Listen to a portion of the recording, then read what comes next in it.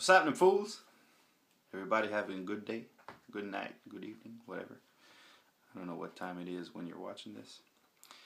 So yeah, I want to answer a question.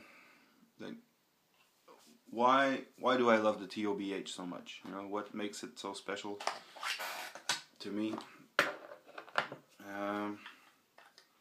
Because I'm always telling people TOBH, TOBH, Team TOBH. I don't care for anything else. I do actually. You know, there's some other atomizers that I do like the Mutation, the Stellar, the APO. But my favorite by far is the TOBH. And you know, when I first got the TOBH was the version 2, the one with the a little bit more restrictive airflow. This is the version 2.5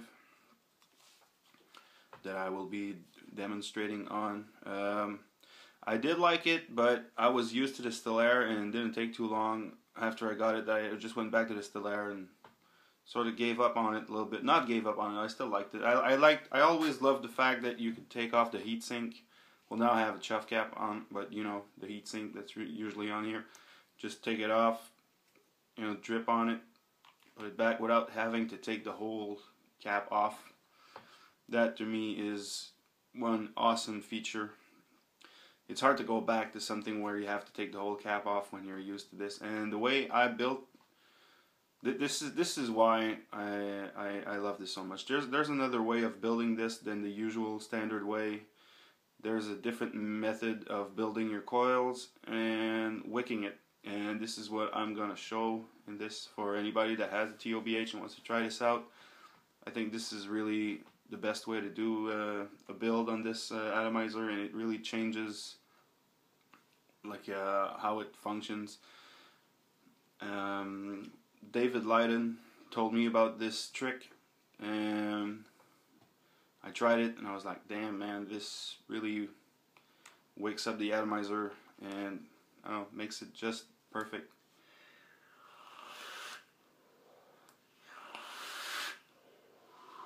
It adds a little bit of density and warmth because your coils are higher, and this way you don't have to cut off the tabs, and you can do a centered coil build and have your airflow straight on the coil. The trick is flipping the cap. You can see that's the only inconvenient is there is going to be a small gap at the bottom. Instead of having it sit flush all the way down on the deck, there's a little, like maybe a 1.5 mil, like a seam at the bottom. By flipping the top, you flip it because the airflow is a little bit, it raises the airflow a little bit, so you can do that higher build. And well, this build right now is looking like crap, but I'm gonna dry fire it and re-wick for you. I'm due for a re-wick anyway, and I will show you how I wick and how I set up this this TOBH here. You can see the air holes are lining up perfectly with the coils. And the wick, here's the thing. Some people might go, oh, that looks weird, but try it and you'll be surprised. You're not using the like the well anymore. You can't drip on the well because your wick is not touching the deck. It's all up in the air. It just like goes around the cap. So you can't take the whole cap off and drip on it and then try to put the cap back on. That's going to be a pain in the ass. Basically, once your build is done, all you do is take off either your heatsink or your chuff cap, drip all around, put your cap back on properly, and you're good to go. My batteries are half dead now, but whatever. Okay. Alright, let's take this wick out.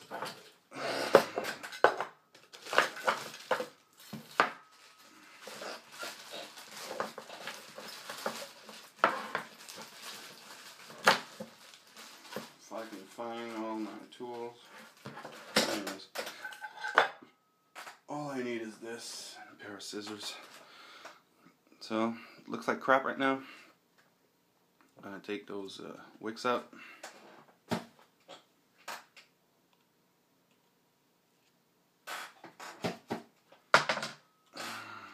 Yep, just a little bit of wick in there.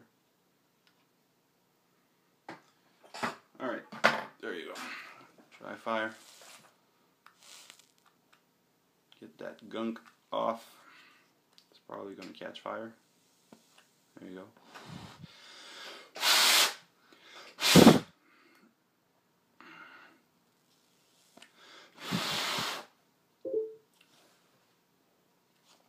So this build is a 20 gauge haywire G-plat, 5 wraps on a 1/8 bit. And you see, usually the coils are, you see the tabs are still there. I didn't cut them off or anything. Sorry, the coils look like crap.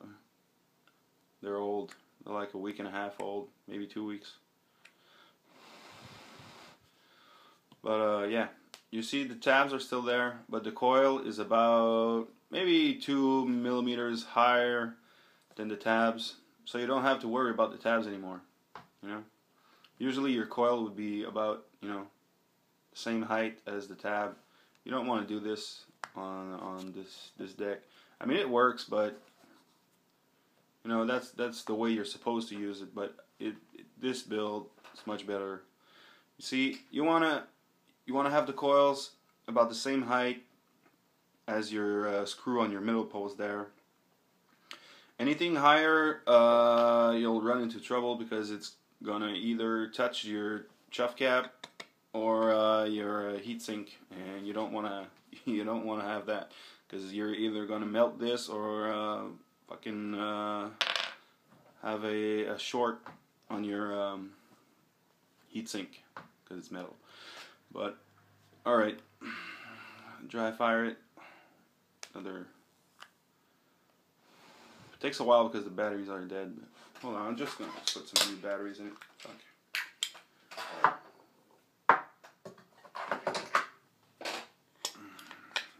Samsung 25Rs, always, or the 20Rs.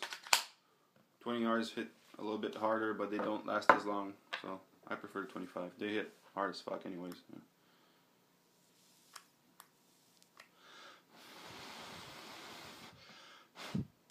Alright. So now that pretty much the build is explained. Looks like your... Jeez, it looked like crap. I'm gonna go rinse it off real quick and I'll be right back. Alright, that's a little bit better.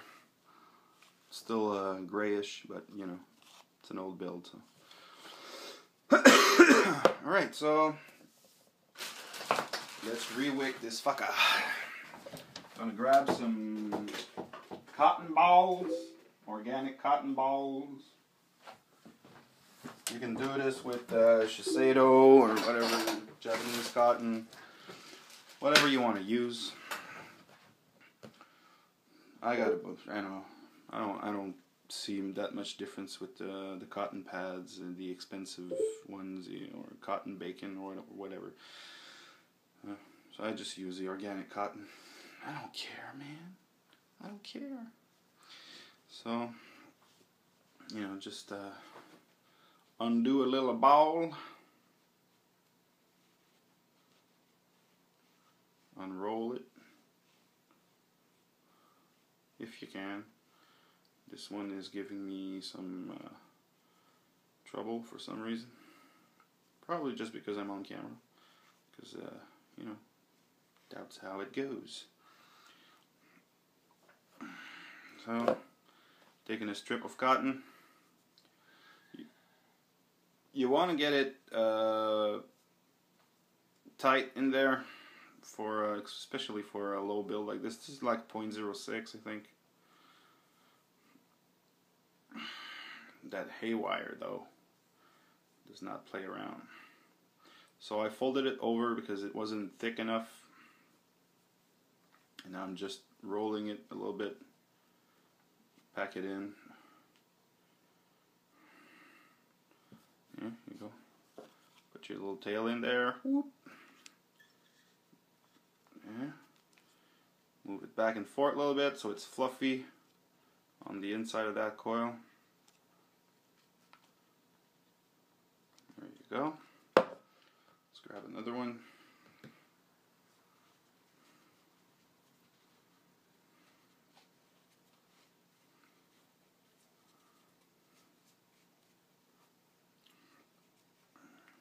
See, grab the little pad. Looks like a little pad once you unroll it. Just roll it. Alright, so you got your other little tail there. You just rolled your pad. Well, it's not a pad, it's a cotton ball, but when you unroll it, it looks like a pad. So get that sucker in there. Pull it a little back, a little in, back. Nice and fluffy. There you go. Grab your scissors.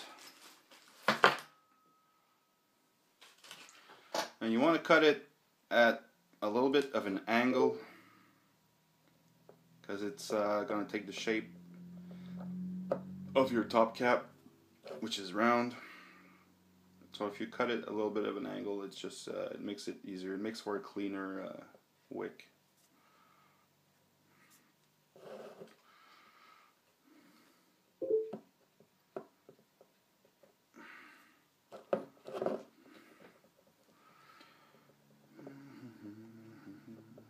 Almost done, almost done.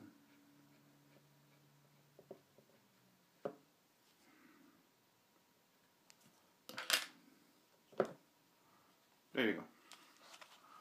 So this is how it looks. Now, just prop it up a little bit so you can get your cap on there. And there's the thing, you know, you're not going to put it like this. You're going to put it upside down. Align those holes with the coils. Pop it in. Now I'm just gonna clean that up a little bit. If you did it right, your cotton, you know, if you cut it the right length, both tails of your coils on each side are gonna rest on the screw on the negative posts. So it's gonna look like a nice little cotton donut. Like so.